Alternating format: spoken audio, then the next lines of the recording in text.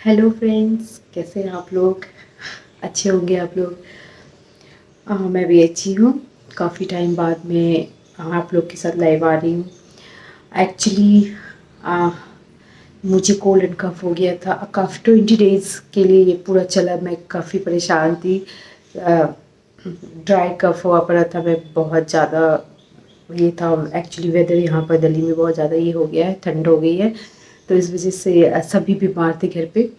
So finally मुझे time मिला। मैं आप लोग को प्रॉमिस की थी कि मैं आप लोग के साथ शेयर करूँगी अपना डिलीवरी रिलेटेड स्टोरी, कैसे कब क्या हुआ था। सो मैं अब आप लोगों को स्टोरी स्टार्ट करती हूँ।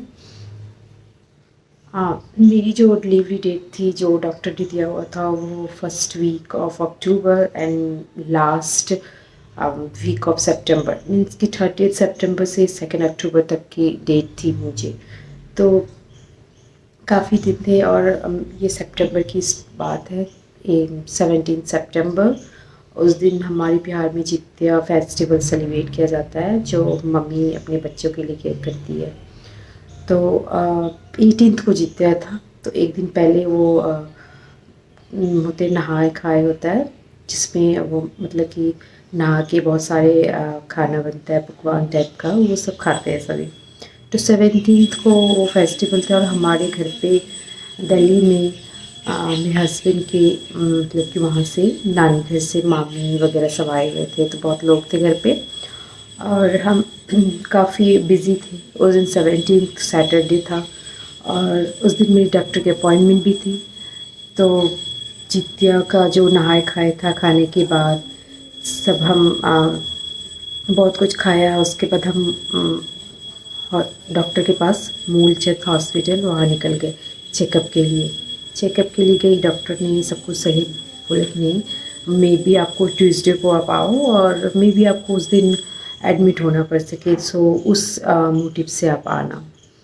तो हम सोचे चलो टाइम हो गया है, मे बी 1 वीक के अंदर हो सकता है। अगर एडमिट भी करेंगे तो ट्यूसडे को, तो वेडनेसडे थर्सडे सैटरडे तक मतलब बेबी आ जाएगा।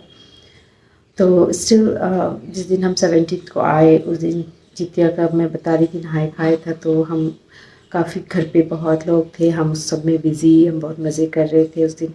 अब मुझे एक्चुअली थोड़ा बहुत पेन भी होना स्टार्ट हो गया था इवनिंग से।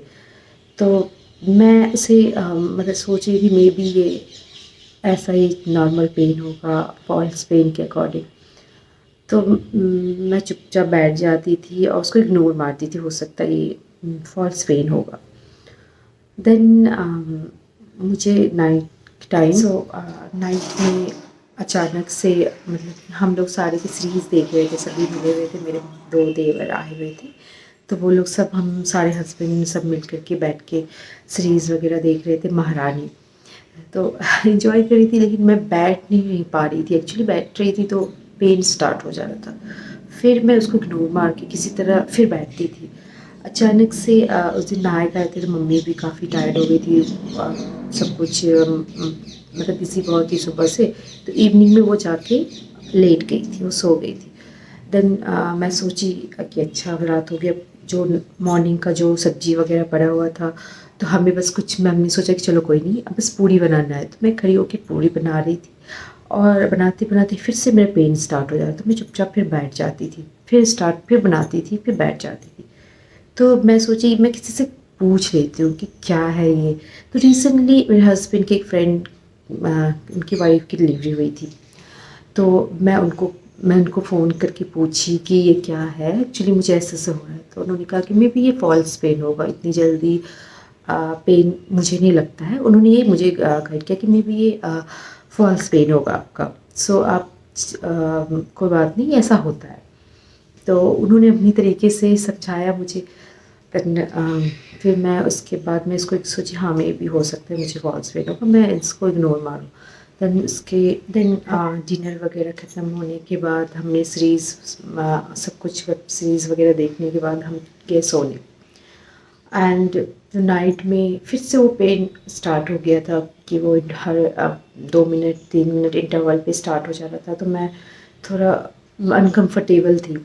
तो ये देख के मेरे हस्बैंड बोलते कि क्या ये मतलब तुमको पेन हो रहा है, ये तुम बता सकती हो कुछ ऐसा क्या है? नहीं, मैं बोली नहीं नहीं, मुझे एक्चुअली लग रहा था कि नेक्स्ट डे संडे था और सैटरडे को मैं मेरे को तो ये फॉल्स पेन है, मेरे हस्बैंड एक दिन छुट्टी मिला है बेचारे, वो सो नहीं पाएंगे, तो मैं उनको नहीं नहीं अवॉइड करी थी, नहीं नहीं कुछ नहीं है आप सो जाओ, ऐसा कुछ नहीं है मैं ठीक हूँ। देन जब ये पेन अचानक से हर इंटरवल्स के लिए इंक्रीज़ ही हो रहा है, बढ़ता ही जा रहा है, तो मैं सोची कि नहीं सच में ये कुछ अनबेयरेबल है, मैं शायद इसको बेयर नहीं कर सकती हूँ।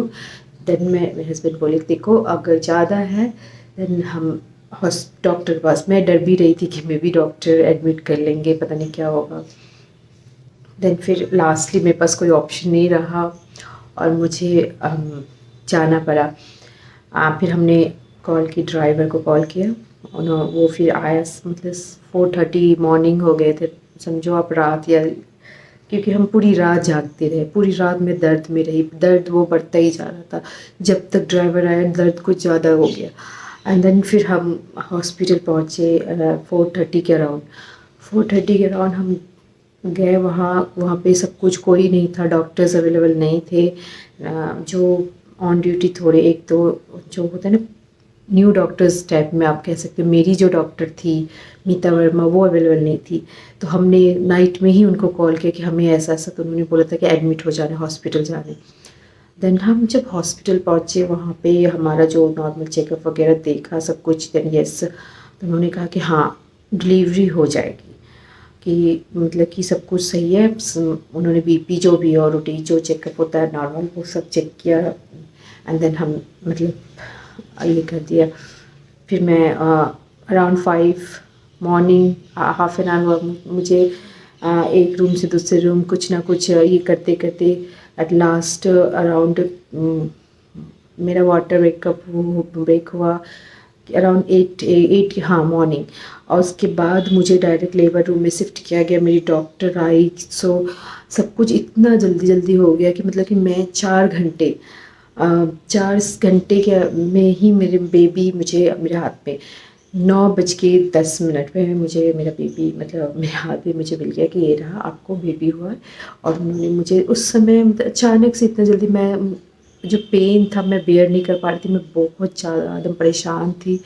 जब पेन एक्चुअली उन्होंने शायद इंड्यूस किया था पेन, तो कुछ ज़्यादा ही पेन होने लगा था मुझे, तो मैं परेशान थी, मुझे तो लग रहा था मैं भाग जाऊँ हॉस्पिटल से, बट थैंक्स मेरे हस्बैंड मेरी मदर इन लॉ सब मेरे पास थे, तो थोड़ा मतलब हिम्मत मिल रही थी मुझे कि ये सब है, कोई तो है, बट स्टिल जो पेन था तो लग रहा था कि बस अब नहीं, अब उठो अब भागो।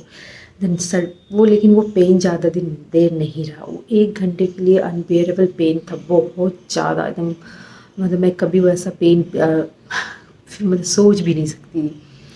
देन उसके बाद मेरे बेबी मुझे मिला, फिर मेरा डॉक्टर ने मेरे हस्बैंड वगैरह उधर बाहर लेके उन्हें भी दिखाया, फिर मुझे दूसरे रूम में शिफ्ट किया गया।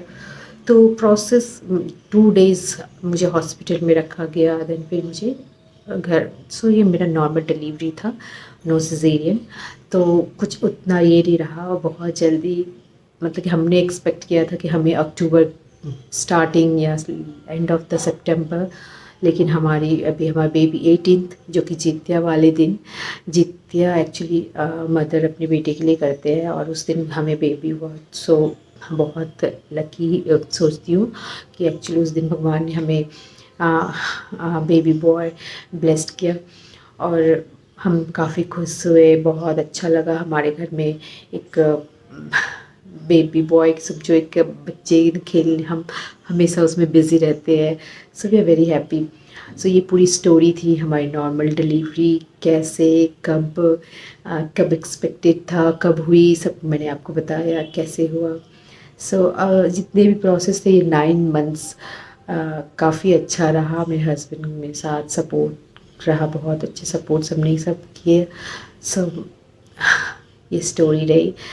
एंड अगर आप लोग चाहोगे कि मैं आपको अपना कैसे मतलब नॉर्मल डिलीवरी के लिए मैंने क्या क्या किया, क्या क्या मतलब डाइट ली, क्या क्या एक्सरसाइज की, अगर आप चाहोगे तो मैं वो भी आप लोगों के साथ ज़रूर शेयर करूँगी। और आई नो मेरी वीडियो लेट हो रही है, बट थोड़े टाइम मुझे मैं बेबी के साथ बिज़ी हो जाती हूँ, एक्चुअली टाइम नहीं मिल पाता, but still I am trying my best कि मैं आप लोगों को टाइम पे वीडियो अपलोड करूँ। Okay, thank you so much.